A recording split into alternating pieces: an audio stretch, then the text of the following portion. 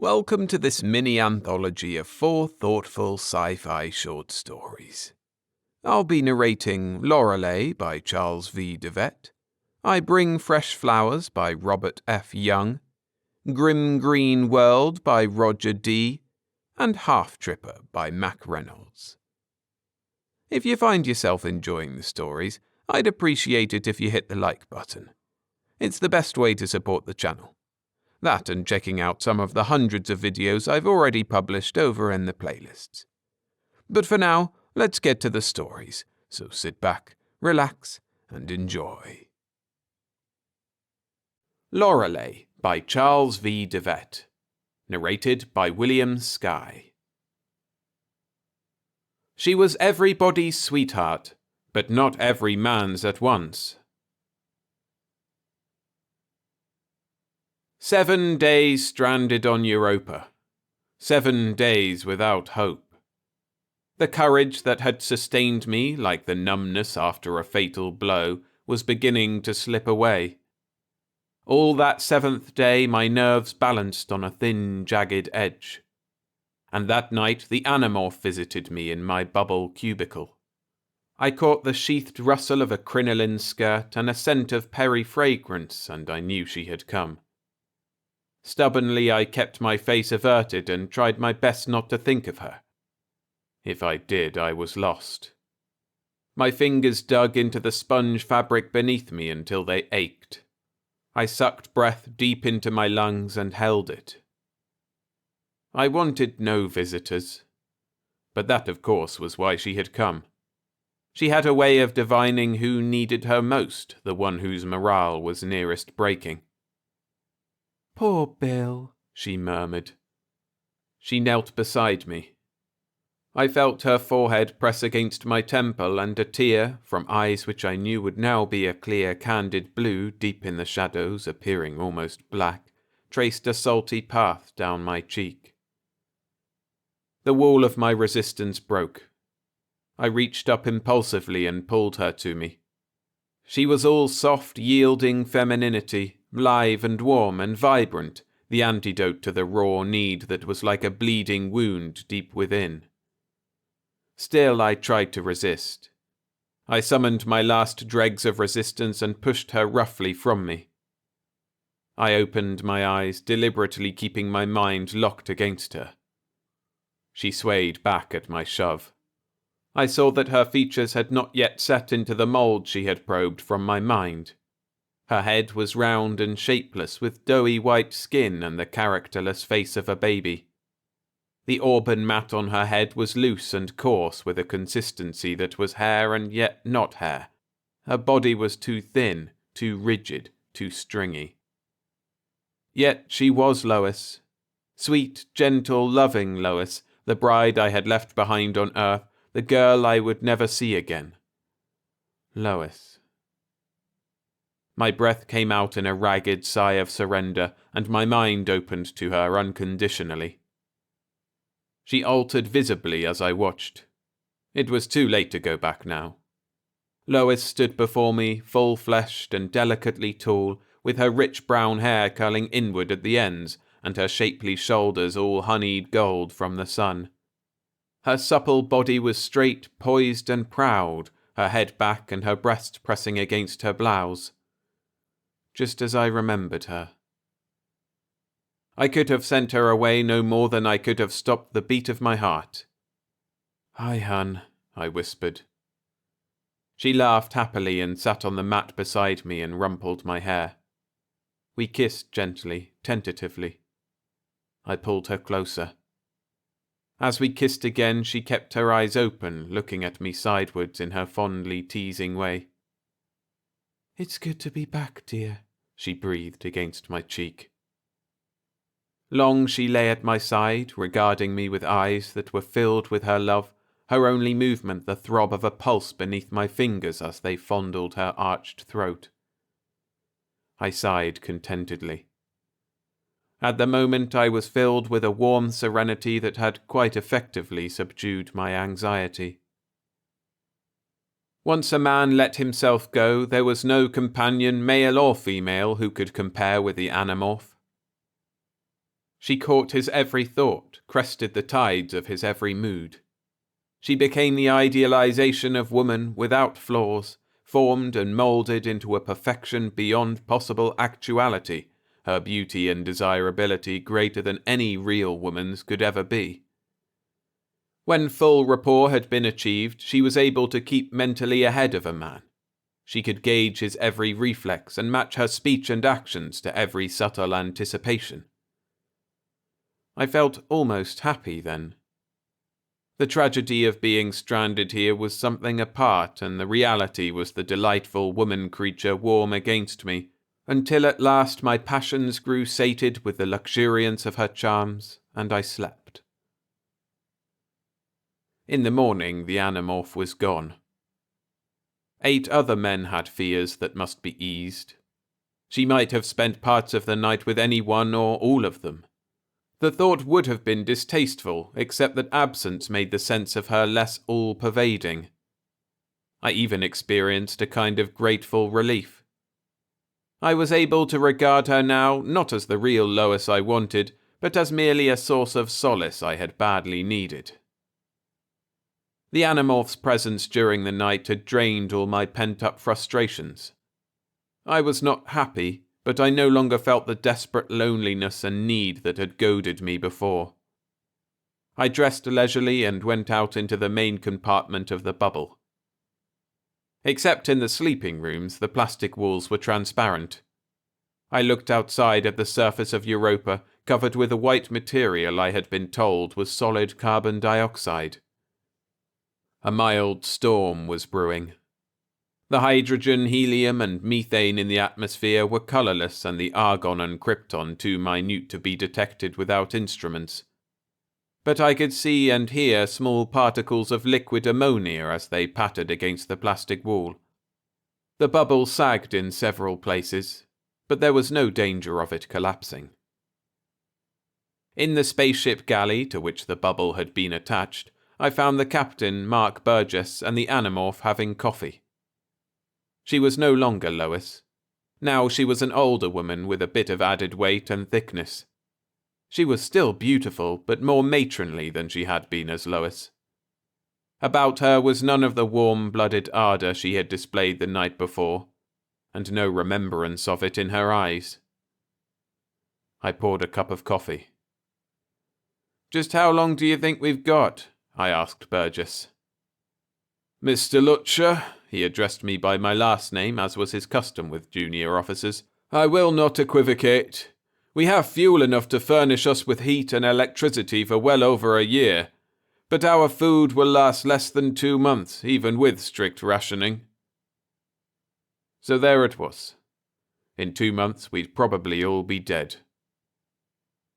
Someone back on Earth had erred badly. In their calculations, every item had been gauged closely, as was necessary, but they should have allowed safety margin. The takeoff had been calculated nicely. Ships had already been sent to the Moon and to Mars, but this was the first trip this far out. We had not intercepted Europa quite as plotted. We had to chase it halfway around Jupiter and land with the satellite going away rather than meeting us. After we landed and new calibrations been made, we made a discovery. Our fuel was too short for the return trip. Conky was our lone hope. A metallurgist, he knew the properties of the ship's pile. But Conky was insane. I had not liked the man from the first.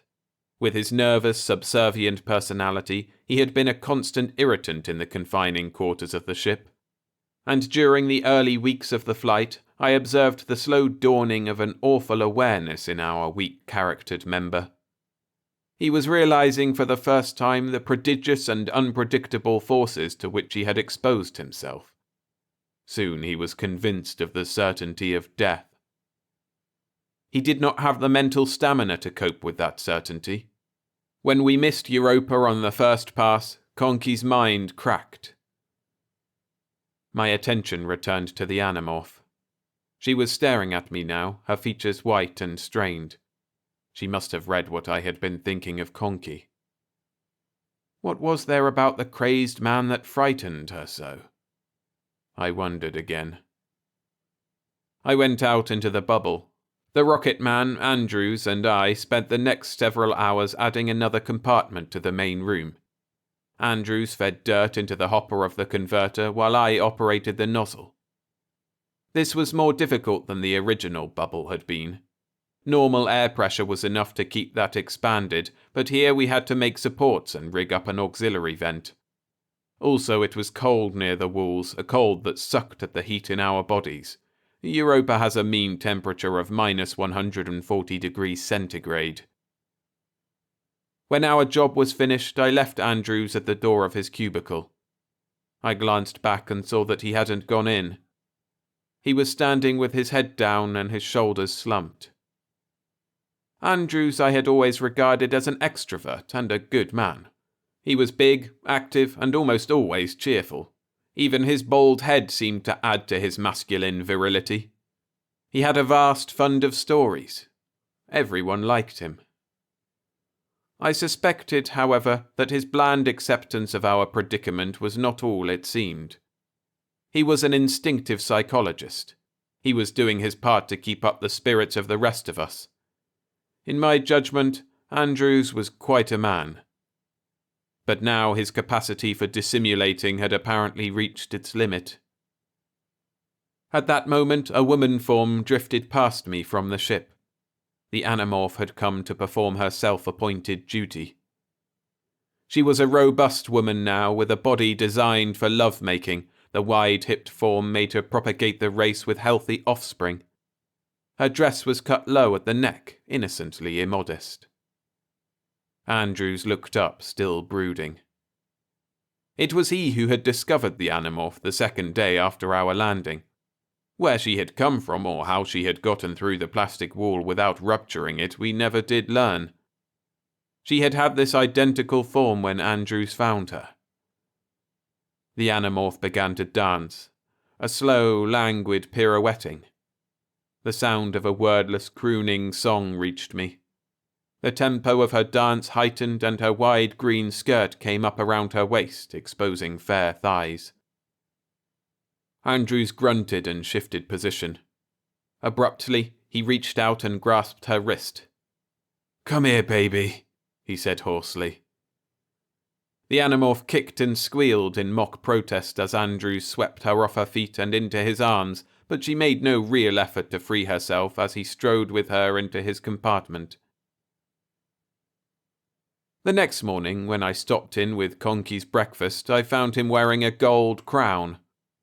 With strictly amateur knowledge, I had diagnosed his illness as schizophrenia, and this latest display seemed to confirm the diagnosis.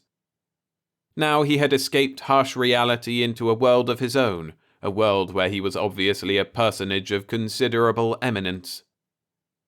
Conky smiled at me and greeted me condescendingly. I went along with his delusion. If I were to help him, it was good that he accepted me as part of his world. I sat at his feet and made as one of the unseen audience he was addressing. I was wryly amused a few minutes later when I understood who he thought he was.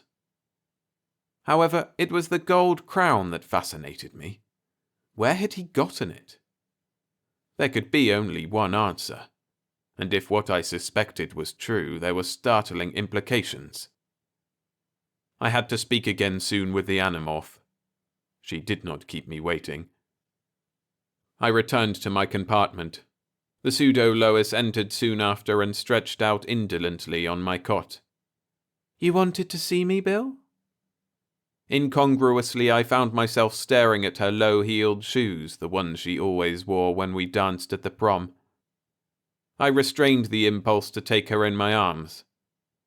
"I saw the crown you made for Conky," I said carefully, making a special effort to keep my inner thoughts hidden. "It's beautiful." "Thank you." Those simple words meant much to me. I had succeeded in getting her to admit that she had made the crown, which meant we still had a chance. "Then you'll be able to make the fuel we need," I said casually.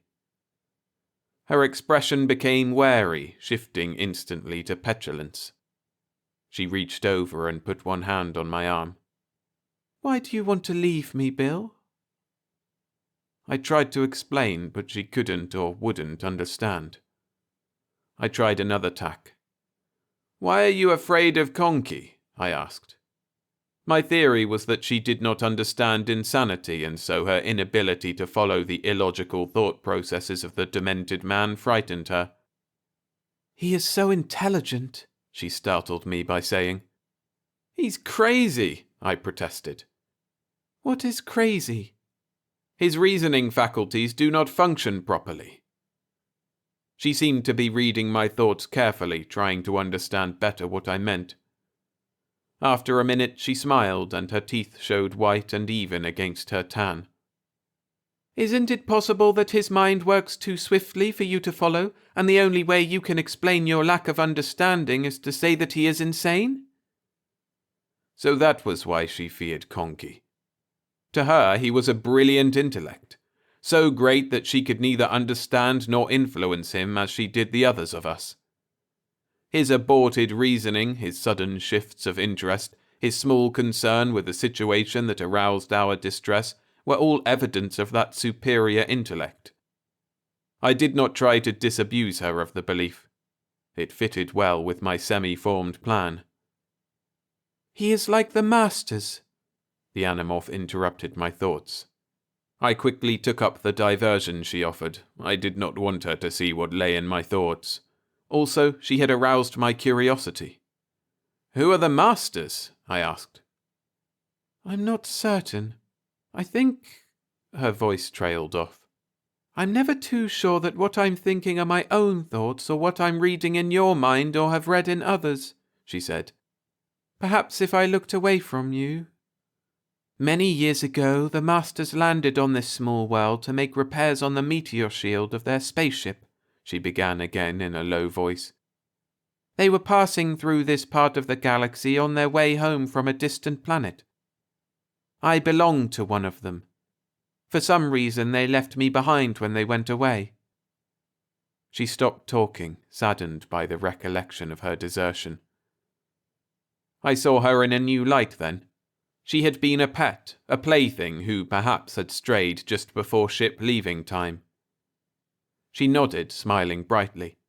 "A pet!" she exclaimed, clapping her hands. "That is right." I realized then with mild astonishment that she was not very intelligent. Her apparent wit and sharpness before had been only reflections of what she read in our minds. "Are you all Conky's pets?"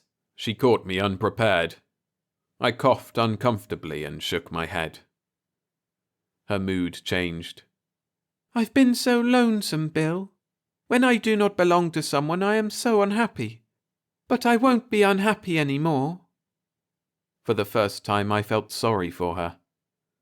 "Bill," her voice was timid, "do you believe I will be punished for leaving the Masters? I did not mean to." "Who would punish you now?" I asked. "The Master's God. They always told me he would punish me if I were bad, and he is such a terrible God." Her expression became bright with hope. "Is your God terrible, Bill?" I tried to reassure her, to pacify this naive creature with her own private terrors, but she must have read in my mind how our Christian God could also be terrible in his wrath and justice, for she gave a small cry and pulled herself close to me.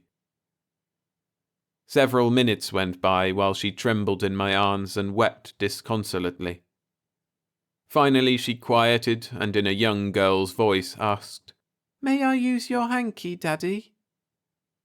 In surprise I held her out from me and saw that now she was my daughter, Joni, with her newly bobbed hair and her sweet face still wet with tears. Of course, while I held her I had been thinking of her as a child, as my child, Joni. I wiped away her tears and blew her nose. I thought swiftly. Perhaps this was my opportunity. Speaking as I would have to Joni, I asked gently, "Won't you help us get the fuel we need, honey?" "I can't." Her childish wistfulness was replaced by the stubbornness I had encountered before. I was careful to restrain my impatience. "You could come with us to Earth," I argued without raising my voice. "You wouldn't be lonesome there." I couldn't live that long out of the sun, she answered. How did you live on the master's ship? I asked. They could bring the sunlight inside. You can't. Isn't there any way we could keep you alive? I asked. She shook her head, which left nothing except my desperate plan. Burgess made the preparations I requested without question, and I returned to Conky. It took me some time to get him in the frame I wanted. When he began to blubber, I want to go home, I want to go home, I led him from the ship. The Animorph was outside, as I knew she would be. The men were all in the ship. I bowed deeply to Conky and turned to the Animorph. He would speak with you, I said impressively. Her eyes widened with apprehension. I was not concerned about her reading my thoughts now. What she read in Conky's mind would be more believable to her. We must have fuel, I shouted at Conky. She can give it to us, I pointed at the Animorph. Command her. Conky concentrated his wild gaze on the girl and mouthed something inaudible. The Animorph drew back. Her features seemed to lose their character, to be melting together. This was the critical moment. Tell her about your father, I commanded. His lips writhed damply, and he began again his inarticulate muttering. The Animorph cried out plaintively and covered her face with her hands. I shifted my attention to the pile of soil I had asked Burgess to prepare. It quivered, flattened, and hardened into 6 fuel ingots. 20 minutes later, we were in space. Our last glimpse of the Animorph was the dejected figure of a small girl standing alone in the middle of the bubble. She had had to obey Conky, of course, for she believed what she read in his mind. And Conky thought he was the son of God.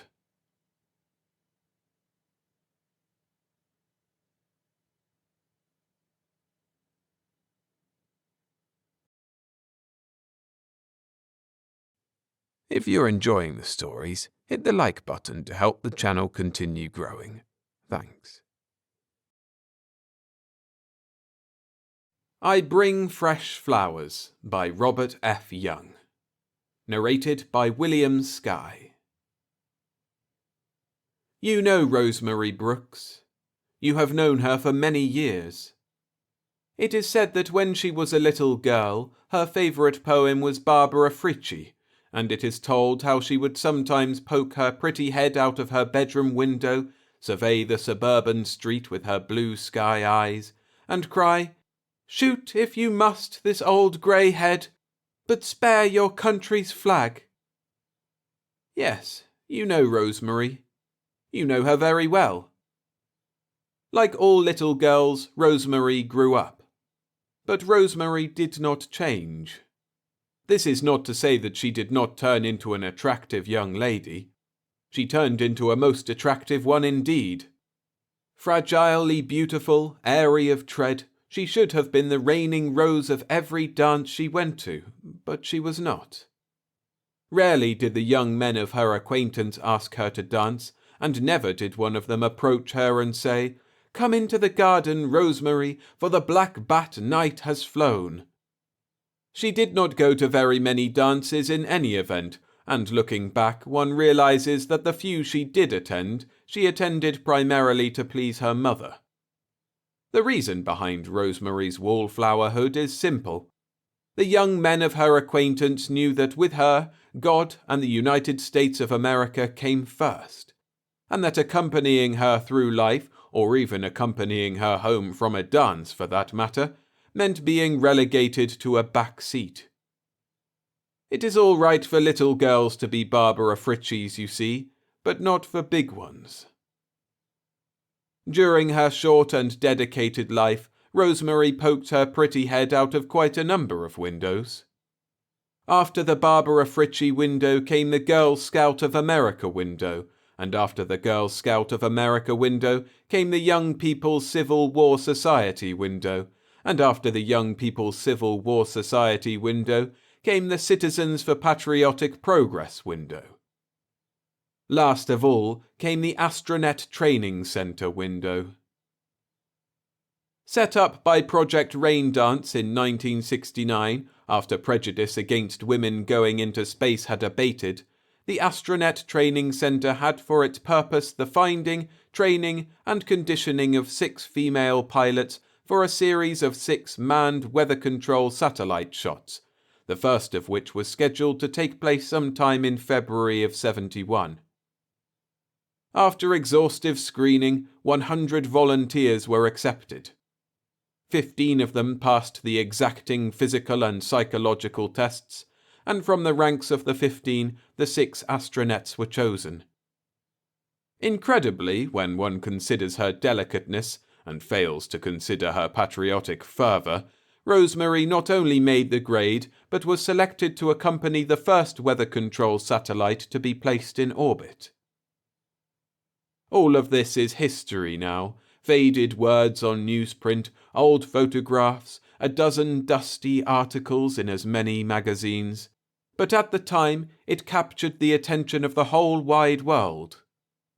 It is said that Madison Avenue nearly went out of its mind trying to circumvent the regulation that prohibited astronauts from underwriting testimonials to toothpaste, cosmetics, and cigarettes. This is not to be wondered at. If Rosemary could have been legally enticed, for example, into letting her picture appear in a cigarette ad, cigarette consumption probably would have doubled overnight. It is one thing to be an obscure Barbara Frietchie, and quite another to be a famous one, and the patriotic devotion shining in a person's eyes can, through the thaumaturgy of photography and touch-up, be transmuted into a sensual gleam. February of 71 arrived at last, as all months must, and a specific date was set for the launching. Psychological winter had come and gone, but no singing of birds could be heard. Even as far south as Canaveral, grey skies were the rule, and grey rain fell intermittently. Countdown was begun regardless.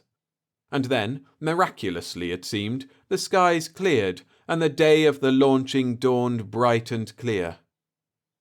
There is a photograph of Rosemary standing in her snow-white spacesuit at the base of the gantry, her space helmet resting in the crook of her arm.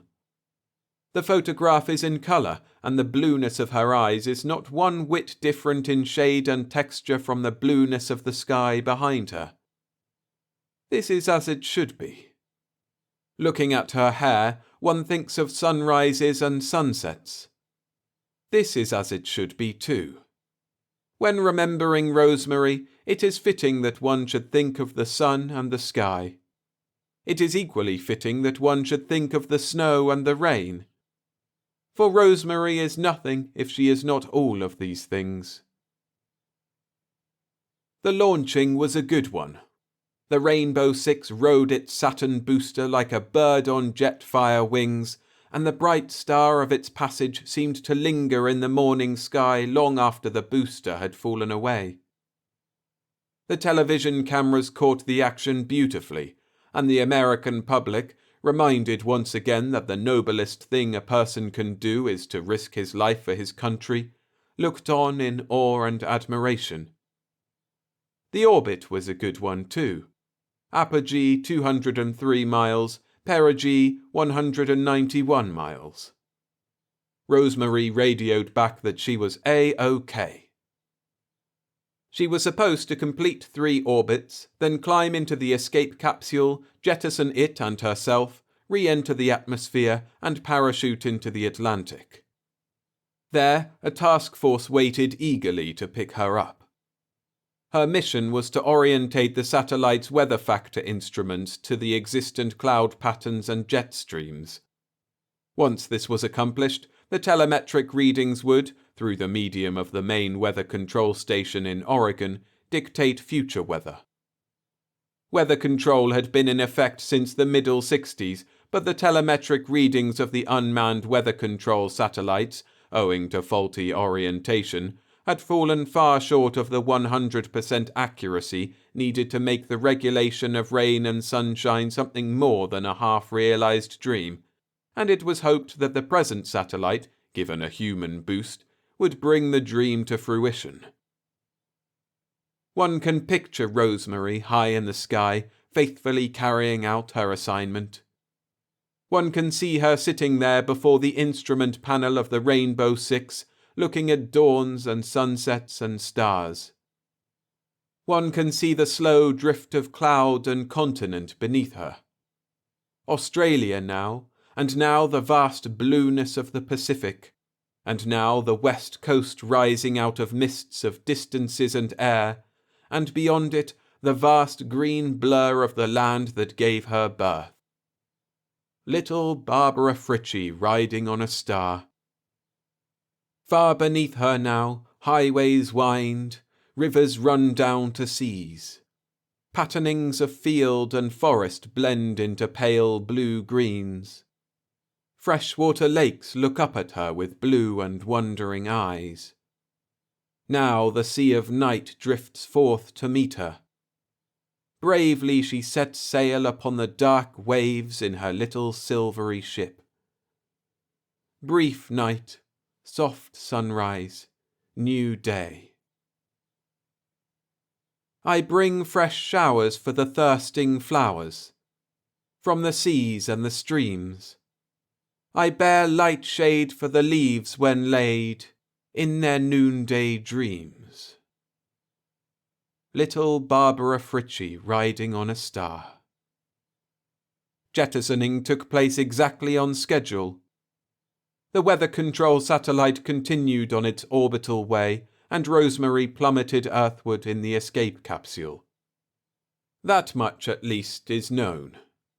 But what took place during re-entry, whether the retro rockets failed to fire, whether the altitude controls malfunctioned, or whether the heat shield proved to be defective, is not known and never will be known. All that is known is that Rosemary became a falling star. The nation mourned. The whole wide world mourned. Project Rain Dance was discontinued. It would have been discontinued in any event, for Rosemary had obviated any further need for it.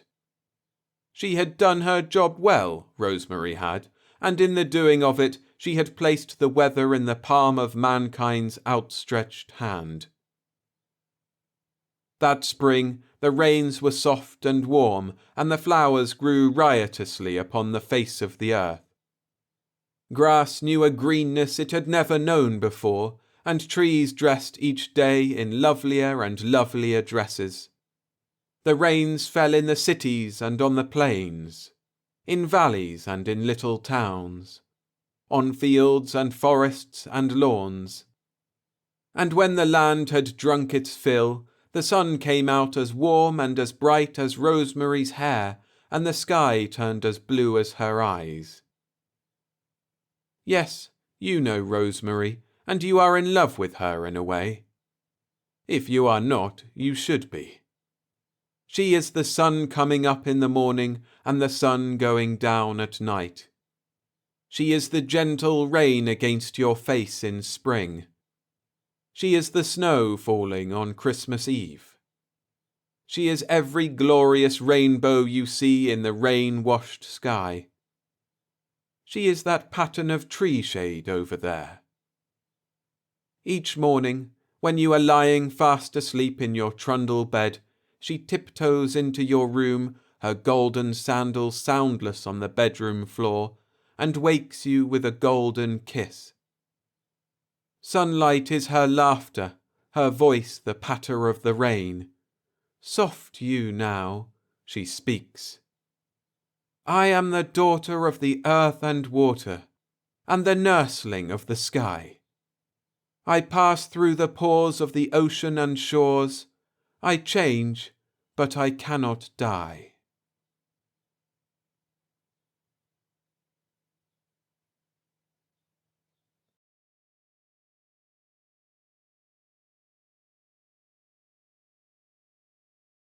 Grim Green World by Roger D., also known as John Starr. Narrated by William Skye. Why had 5 spaceships, each tested again and again right down to its tiniest rivet, started for the moon and ended up in hell?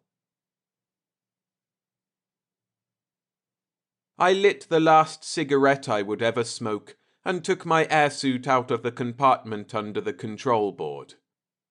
The 2-man cubicle was coffin cold, even under the blast of sunlight pouring through the forward port, and the air smelled of stale tobacco and machine oil. Beside me, Charlie Costa's voice droned into the communicator, winging back 230,000 miles to the listening millions of Earth. "Our air is nearly gone," Charlie said. "We have about 12 minutes left for deceleration, but we'll never make landing. The Luna 5 is riddled like a sieve, spewing out heavy water fuel along with her air. It's a miracle that a chunk hasn't crashed through our fuel pile or the communicator, or through us. That's what blew up the first 4 ships, we know now. If men ever reach the moon, they'll first have to develop some sort of armor that will turn this barrage of meteoric dust." I got my feet into the plastoid suit and pulled it on, letting the transparent headpiece dangle over one shoulder like a Parker hood. Charlie watched me with his tight grin, waiting through the 3-second lag of time for Earth's answer. Some high-ranking general down there had pushed aside the Moon Foundation scientists to make himself heard. His voice came over the hiss of static with a tinny, frantic ring. "Meteoric dust couldn't possibly pierce that alloy hull. It was tested over and over." We waited him out, knowing that his frenzy was not for us nor for the success of spaceflight. He was concerned, like all the military, only with the establishing of a moon base to overlook Earth, an all-commanding launching site that would control a world. Once that base was established, the ferment of war would come to a bitter end. One nation would own the planet. "But you didn't test the hull out here," Charlie said patiently when the general had finished. "You can't imagine the speed of these particles. We've no protecting atmosphere to vaporize them, as Earth has, and they streak through the ship so fast that they seem to strike both sides of the hull at once. I'm cutting you over to Leonard Nugent now. Ready, Len?" It was what I was waiting for. I had looked forward to this moment every day of the 9 years I had spent being groomed for the flight, and for half a lifetime of drilling before that. The waiting was almost over. "I'm ready," I said, and took the microphone. "But there's not much point in reporting further, is there? With her fuel leaks, the Luna 5 will go like an A-bomb the instant we try to use the landing jets, just as the first 4 Lunas did. The air is getting thinner, so thin that I'll have to put on my pressure suit soon. Are there any questions?" My only answer was the grind and roar of static. I could guess why. They were bickering and quarrelling among themselves down there, the military men snarling at the scientists, and the scientists snarling back, each blaming the other for this new failure. The loss of the first 4 ships had been a mystery until they sent the Luna 5 out with co-pilots equipped for full 2-way communication. Charlie and I had reported from the beginning of the flight in alternate 30-minute relays, keeping the Foundation posted so that if anything threatened us, they would know the nature of the danger. Now they were getting what they had asked for, and the problem would keep them busy for another 10 or 15 years while the conquest of space marked time. But they couldn't accept even temporary defeat calmly, of course. They had to quarrel among themselves, just as men have quarrelled since they first climbed down out of their trees and set about organizing the business of killing each other. "We're going to try for a landing anyway," I said into the microphone. We're going to cut in the decelerator jets as soon as we pass out of the sun glare and into the moon's penumbra where we can see. We flashed suddenly into darkness, lost instantly in the vast conical shadow of the moon. The night half of the pocked globe loomed below, faint and ghostly in the blue earth-shine, craggy and desolate, cold as space and as old as time.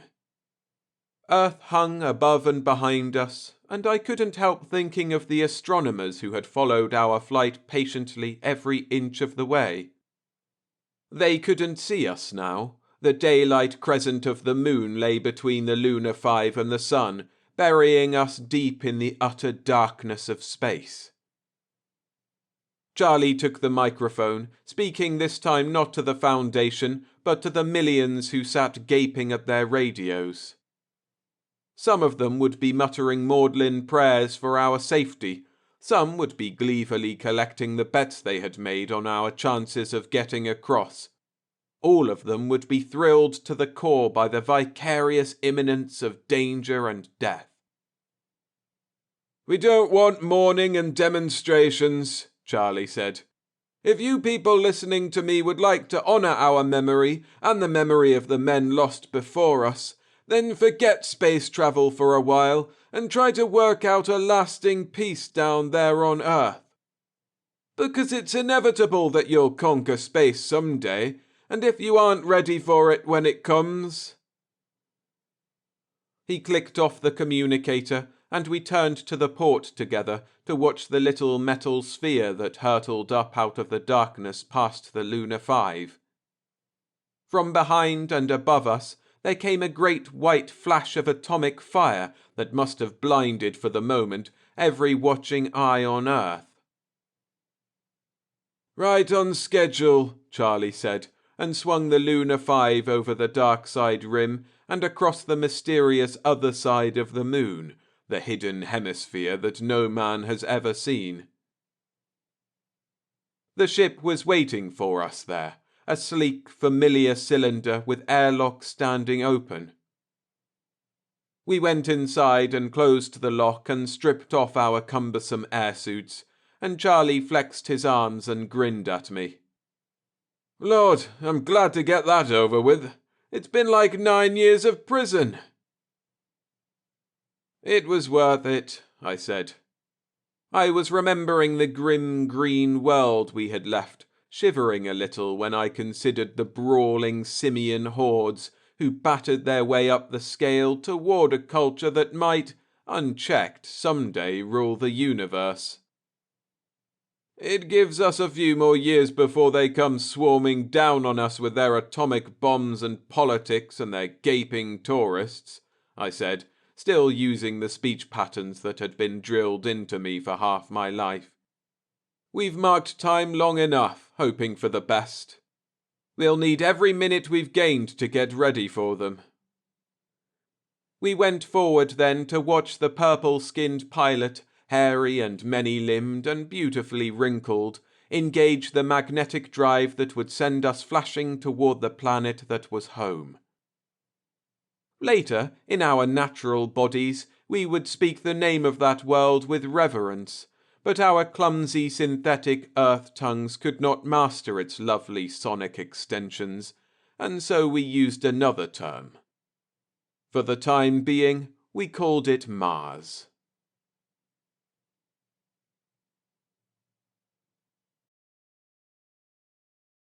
Remember to hit the like button to support the channel and my work as a narrator. Thanks. Halftripper by Mack Reynolds. Narrated by William Skye. Mars was strewn with the human wrecks of half-trippers, terrorized cowards of space travel. But perhaps the saddest and the most fearful of all was the immortal space bum called Michael. This section of New Santa Fe was off my beaten track. I've been on Mars a long time, and am more than usually familiar with the various centres where we Terrans do our congregating.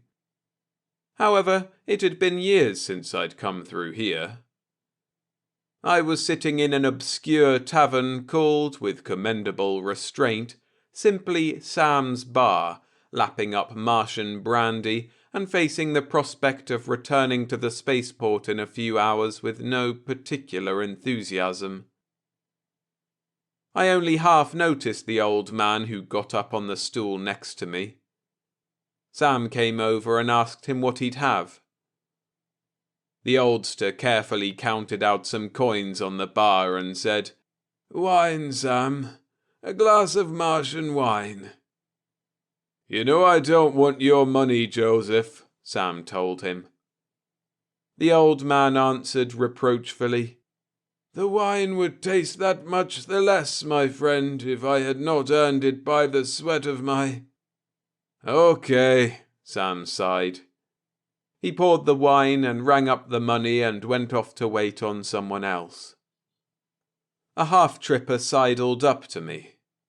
"How about a drink, spaceman?" he whined. "I'm a graduate of the academy myself, class of 72. He must have noted my United Space Lines uniform. "Sorry," I said gruffly, keeping my back to him. Any spaceman can tell that if you talk to a half-tripper for long, you'll soon be showing symptoms of space cafard yourself. The underlying terror in him, the mind-shattering fear of space, the way he stares at you, thinking that you can go home while he is afraid to risk the trip. There are few of them that can hide their disease.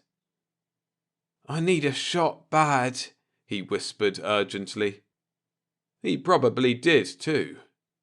Few half-trippers are able to secure jobs on the planets of their exile. Most of them become beachcombers of space. Of course, there are some exceptions, especially if they have money and connections. I shuddered. "Beat it," I grated, hating myself and him. The fear of space cafard must be somewhat similar to that of seasickness every new sailor had back in ancient days when man sailed the oceans of terror. He never knew until he made his first voyage if he was going to be susceptible, and if he turned out to be, it meant the sea wasn't for him. Of course, space cafard goes tragically further. A new man usually succumbs his first few hours of space if he is going to get it at all. He probably makes it to the next planet, sometimes not. Sometimes he goes incurably mad right off the bat. But even if he does make it, wild horses could never get him on another rocket ship.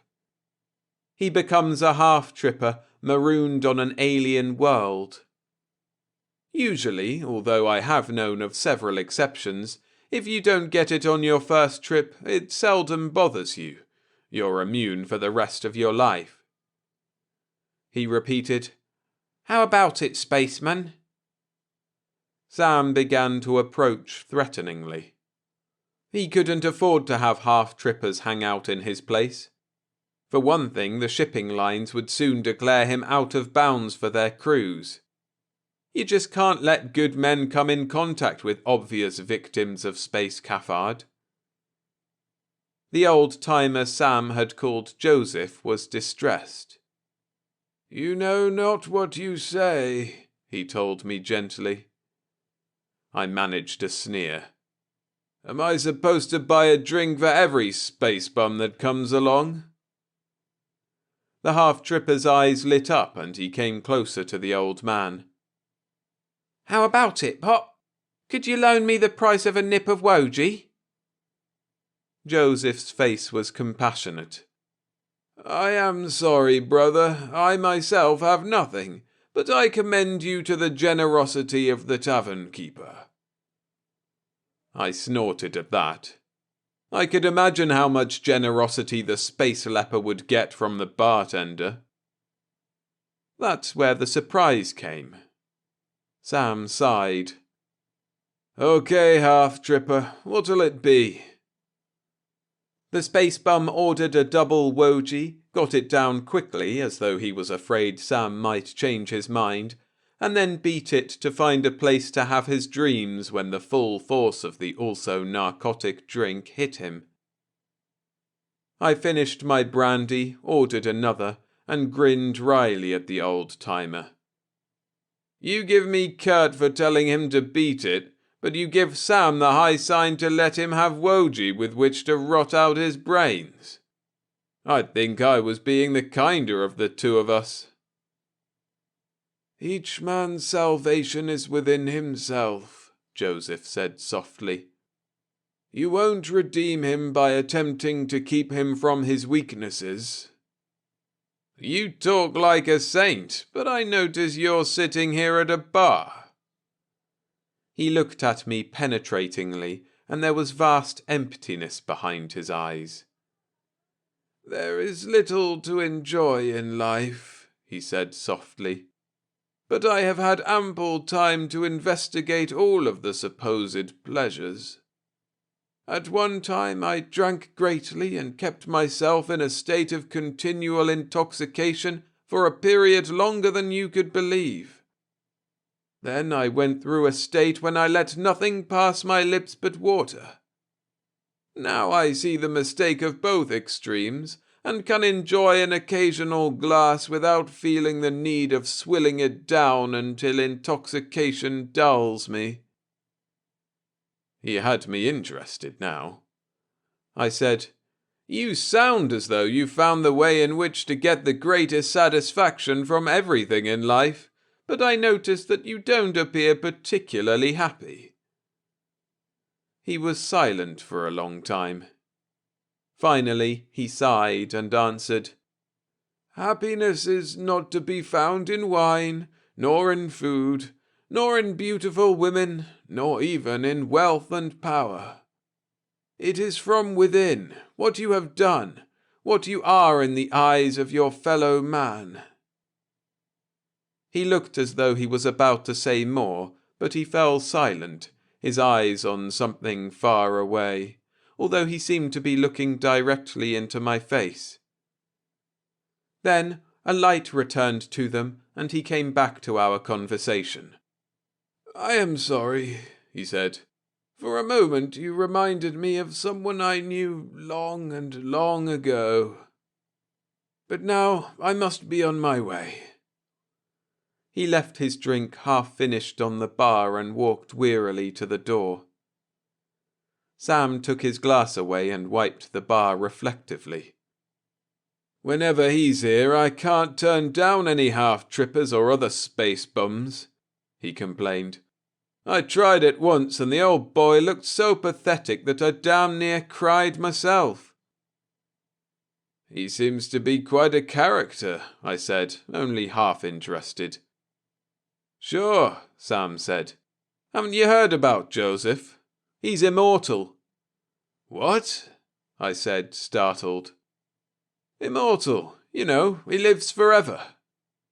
He poured me another brandy and leaned on the bar. His other customers had left, and he was obviously in the mood for talking. I thought everybody knew about Joseph, he went on. He was one of the first space barons, a real big shot, controlled the whole of Calypso, him and his brother. They not only personally owned all of the satellite, but even all of the space lines that served it. When it came to law there, he was judge, jury, and owner of the courthouse and jail. Brother, that was one monopoly. You mean that old man that was just here? I said in amazement. That's right. Joseph, we call him now. He probably had a longer name then. It was a long time ago. Anyway, to get back to the story, one day a space liner radios in that it wants to make an emergency landing on Calypso for medical assistance. They had some virulent disease on board and the passengers and crew were dying like flies. Well, this brother of Joseph, Michael or something like that his name was, advises Joseph not to give them permission to land. The captain of the liner pleads with him, but Joseph tells him to move on. He doesn't want to take any chances. The ship tried to make the next port, I forget just what it was, But anyway, to cut it short, they all died. That's what started things churning in Joseph's bailiwick. A full-scale revolution, no less. You missed something there, I said. The people wouldn't have been expected to be so upset. After all, no matter how mistaken, he must have thought he was acting in the interests of everyone on Calypso. Yeah, Sam pointed out. But the thing is that among the passengers was Joseph's own boy, the most popular person on the satellite and the apple of his old man's eye. Nobody had known it, but the kid was playing hooky from his school on Terra and was making a cruise of the Jupiter moons. Joseph himself had never been very popular with his people, neither had this younger brother of his, Michael. Too strict, see? But everybody liked the boy and were looking forward to the day when he'd take over the reins of government. When it came out what happened, they went berserk. They cornered Joseph and Michael and a dozen or so of their close associates in the palace, which was actually more of a fortress than anything else. Sam wiped the bar again without need and said reflectively, It must have been quite a fight. Not that Joseph himself participated. The boy had been his whole life, and he just moved around like he was in a trance. They threw everything at that palace. Every weapon, every device that had been thought up for centuries, but it didn't crack. Finally, the fight was ended by a fleet of battle cruisers from Terra. Joseph and Michael and the rest were removed and brought here to Mars. None of them dared to remain on Calypso.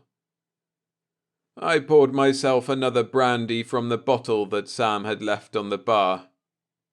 You make quite a story of it, I told him. But you didn't tell me what you'd started to, about the immortality.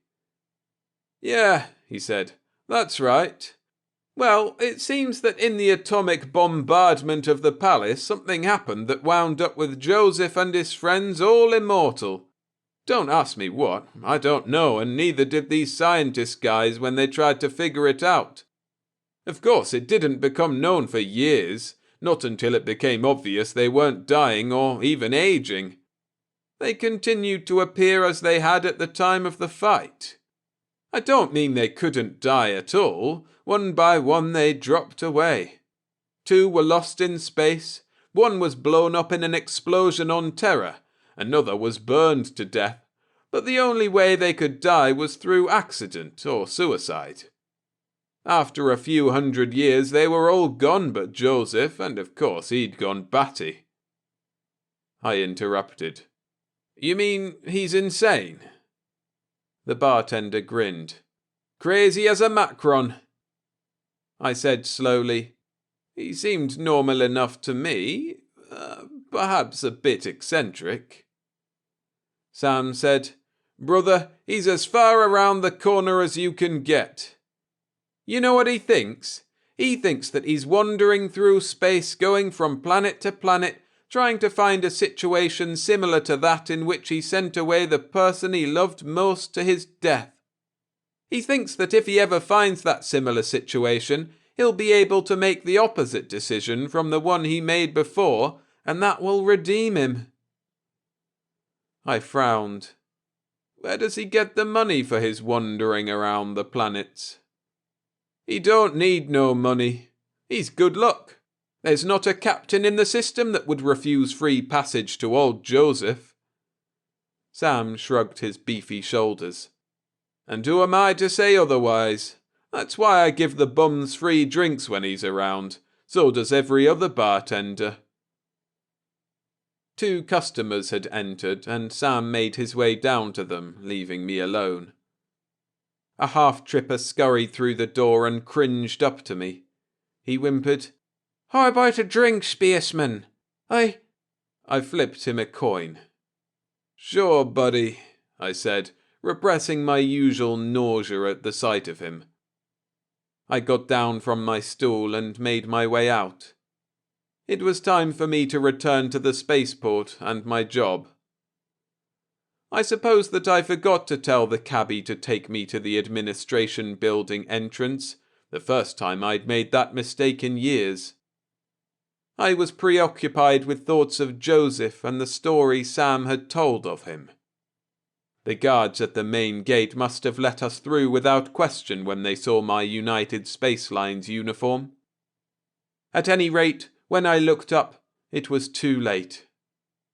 Not only was I on the landing field and in full view of the concrete takeoff aprons, but one gigantic freighter was in the process of blasting off. All the horror of it flowed over me with a rush. The careful training of years, the work of the doctors who had treated me, all my own self-discipline, were gone. I shook with terrified frenzy. The depths of space, the freefall, the black emptiness, the utter, uncontrollable terror. I screamed shrilly, and the cabbie turned wide-eyed to stare at me. He knew the symptoms. "Space cafard! A half-tripper!" he gasped, and spun the cab about to get me to a hospital. He must have realized then that my uniform didn't necessarily mean that I worked on the liners themselves, but that I could be an office employee who only on rare occasions went near the ships. He knew, too, that the very sight of a spacecraft blasting off was enough to put me in bed for a week, and that I was uncommonly lucky to have the funds for the hospitalization. Mars was strewn with the human wrecks of half-trippers who hadn't. As we whirled from the yard, we passed the bent figure of Joseph walking unhurriedly toward a liner which was loading for the Venus run. My heart cried out, even through my terror, my sickness. Joseph, Joseph. So you too are still alive, and still seeking forgiveness. I had thought I was the last. But you are by far the better off of we two, Joseph, for at least you have been free to wander while I have stayed on this one hated spot since all those centuries ago when we fled from Calypso and the wrath of the people who had loved the boy so. As though we hadn't loved him ourselves, Joseph. Yes, you are the better off. You can seek throughout the stars for forgiveness. Then, too, your mind is forever dulled with your madness, while mine is horribly aware always of what we've been through and of the centuries ahead. It is only blurred when the space cafard comes. Joseph, Joseph. You didn't even recognize your brother Michael, nor I you, when we met.